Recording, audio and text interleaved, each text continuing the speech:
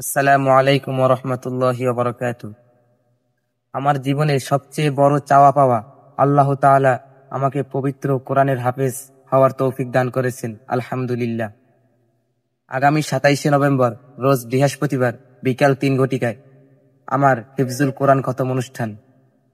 স্থান ধানসাগর ইবাদুল্লাহ হাফিজিয়া মাদ্রাসা, মোরেলগঞ্জ, বাগেরহাট। উক্ত অনুষ্ঠানে উপস্থিত থাকবেন মাওলানা মুহাম্মদ মতিউর রহমান মতিন সাহেব, প্রতিষ্ঠাতা মাতৃভাষা ডিগ্রি কলেজ ও ধানসাগর ইবাদুল্লাহ হাফিজিয়া মাদ্রাসা। উপস্থিত থাকবেন আমার প্রাণপ্রিয় ওস্তাদ হাফেজ মোহাম্মদ আবুল কাশেম সাহেব, মুহতামিম অত্র মাদ্রাসা।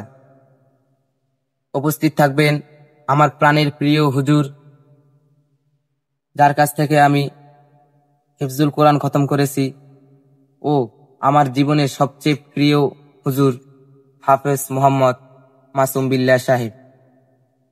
আরও উপস্থিত থাকবেন আমার খুব কাছের একজন প্রিয় হুজুর, তিনি শুধু শিক্ষকই নন, তিনি একজন পথ প্রদর্শক, আমার জীবন চলার পথ দেখিয়েছেন, হাফেজ মোহাম্মদ রুম্মান হোসাইন।